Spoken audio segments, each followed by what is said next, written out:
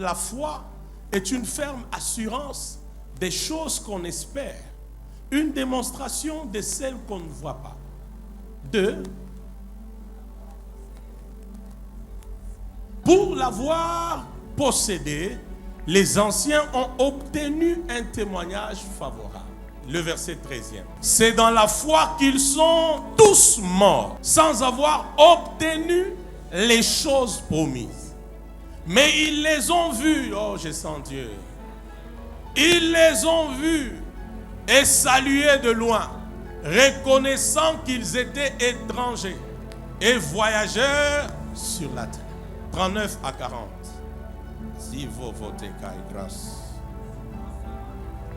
Tout cela, à la foi desquels il a été rendu témoignage, n'ont pas obtenu ce qui leur était promis. Verset 40. Dieu ayant en vue quelque chose de meilleur pour nous, afin qu'il ne parvinsse pas sans nous à la perfection.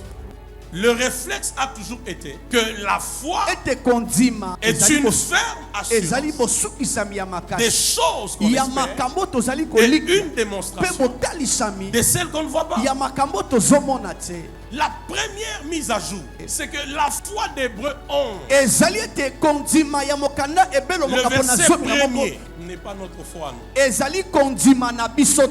Qu'est-ce que le verset deuxième dit? Pour l'avoir possédé, les anciens ont obtenu un témoignage favorable. Donc la foi là, c'est la foi des anciens,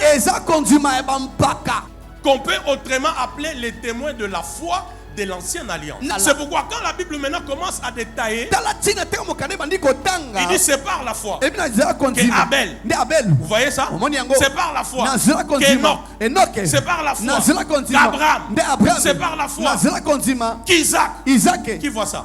Deuxième information, la deuxième mise à jour, c'est qu'en matière de foi, la meilleure définition, c'est par rapport au contexte du texte. Tu ne peux pas prendre Hébreux 11 premier, coller cette définition partout où on parle de la foi dans la Bible. Tu vas te rendre compte que lorsque tu prendras cette définition de Hébreux 11 premier, pour la mettre partout on parle de la foi dans la Bible, ça ne donne pas le même sens. C'est pourquoi Hébreux 11, le verset premier, troisième information, ce n'est pas la définition absolue, finale de la foi, mais c'est la description de la foi. C'est une foi qui est basée sur l'espérance des choses. La foi d'Hébreux 11, elle change ton témoignage sans te donner les résultats. La foi d'Hébreux 11, la Bible dit pour l'avoir possédé, les anciens ont reçu un bon témoignage. Vrai ou faux? Mais la même parole dit au verset 13, c'est dans la foi qu'ils sont tous morts, ayant des promesses, mais sans les matériels. Il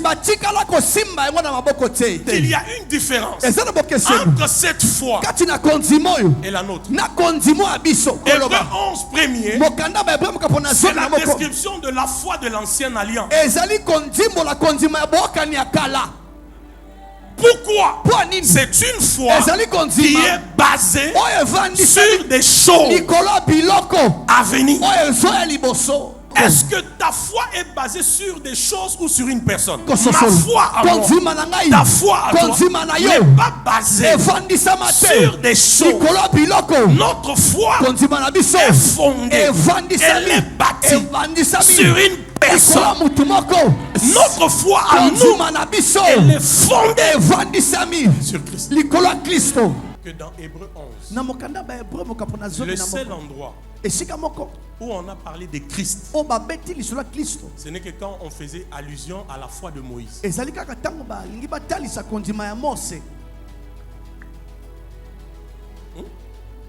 C'est pour nous dire que Hébreu 11 là, c'était pour eux.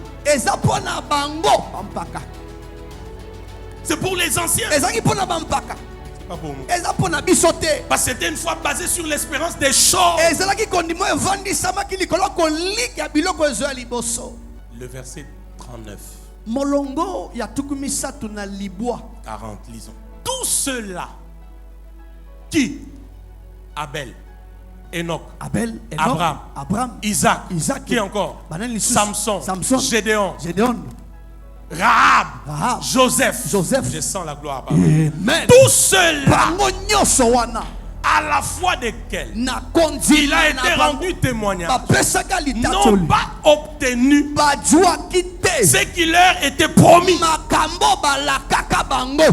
Dieu ayant en vue quelque oh Seigneur, quelque chose de meilleur. Pas pour eux, mais pour nous. Maintenant, si eux ont eu la foi avec laquelle on a entendu parler de tout ce qu'on a entendu, et que Dieu a quelque chose de meilleur pour nous, donc c'est par nous que tous ces anciens doivent connaître la vraie foi.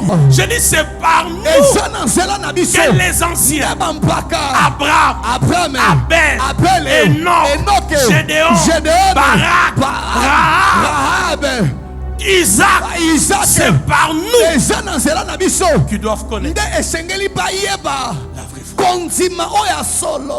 Dieu ayant en vue quelque chose de meilleur pour nous, afin qu'ils ne parvinssent pas sans nous à la perfection. Ça veut dire ils ont eu leur foi. Écoutez-moi très bien. Mais cette foi a manqué la chose meilleure. Mon Dieu, mon Dieu, mon Dieu. Ils ont eu la foi, mais cette foi a manqué une substance meilleure. Pourquoi Dieu ne voulait pas qu'ils puissent parvenir à la perfection sans nous? C'est pourquoi Hébreu 12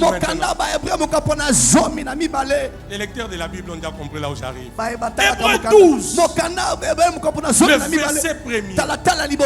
Nous donc aussi, est-ce qu'on peut lire avec vous? Puisque nous sommes environnés d'une si grande nuée de quoi? Des témoins. Les Abel, les Enoch, Isaac. Donc Tito Zaboé. Tel que nous sommes là. Et là où ils sont. Yes, ils sont en train de nous regarder. Alléluia. Abel, Isaac. Puisqu'on est entouré d'une si grande nuée de quoi? Des témoins. Rejetons tout fardeau et le péché qui nous enveloppe si facilement et courons avec persévérance dans quoi?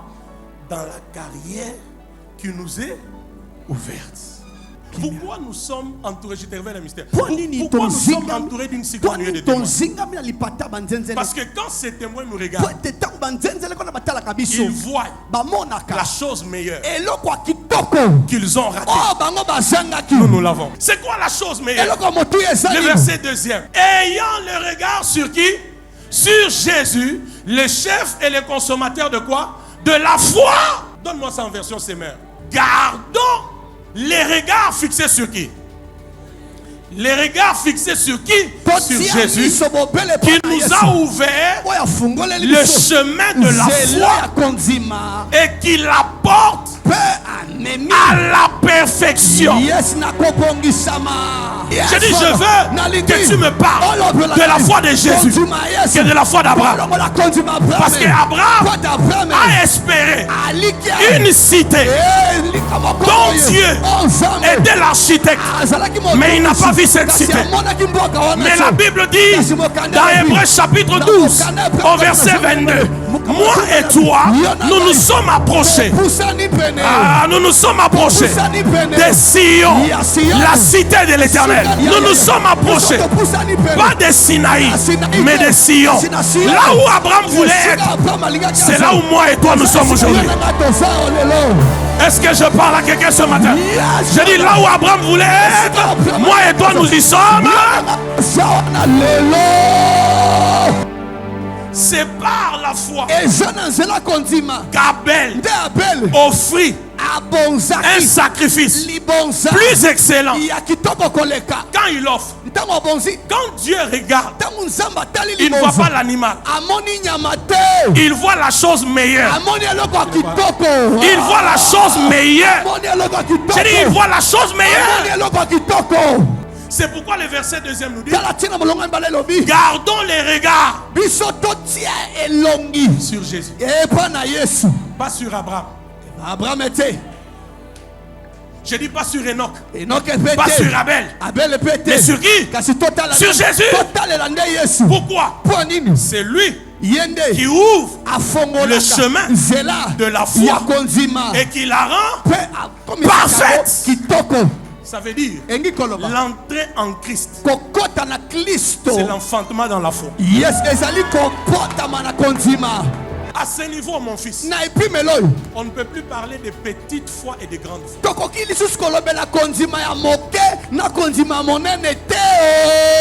Peu de foi, grande foi, c'était avant la nouvelle alliance.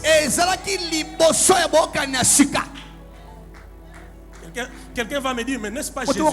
Jésus lui-même a dit, cette femme a une grande foi, homme de peu de foi. Oui, Jésus l'a dit, mais c'était avant la croix. Alléluia. C'était avant la croix. Après la croix, la foi, ce n'est plus des choses. La foi, c'est une personne. Son entrée dans ta vie, c'est l'entrée dans la foi. Aïe, aïe, aïe, aïe. Je dis son entrée dans ta vie, c'est la naissance dans la foi. Jésus en toi, tu as la foi totalement. Il n'y a pas de peu de foi, il n'y a pas de grande foi, mais il n'y a que la foi. Pourquoi? Parce que Jésus est le chef et le consommateur de notre foi. C'est lui qui ouvre les chemins de la foi et qui l'amène en perfection. Est-ce qu'un homme de foi est dans ces lieux? Est-ce qu'une femme de foi est dans ces lieux? Ne dites plus aux gens, tu as peu de foi. J'ai vu que tu as une grande foi. Ça sont des choses avant la croix. Tout ce qui est né de Dieu triomphe du monde. Et la victoire qui triomphe du monde, c'est notre foi. Romains 10, 17. La foi vient de ce qu'on entend vient de quoi? La Bible dit ce qu'on entend vient de la parole de Christ. Or, Christ et sa parole, c'est la même personne. Oh mon Dieu, j'ai dit Christ et sa parole, c'est la même personne. Il est écrit, au commencement était la parole. La parole était avec Dieu. La parole était...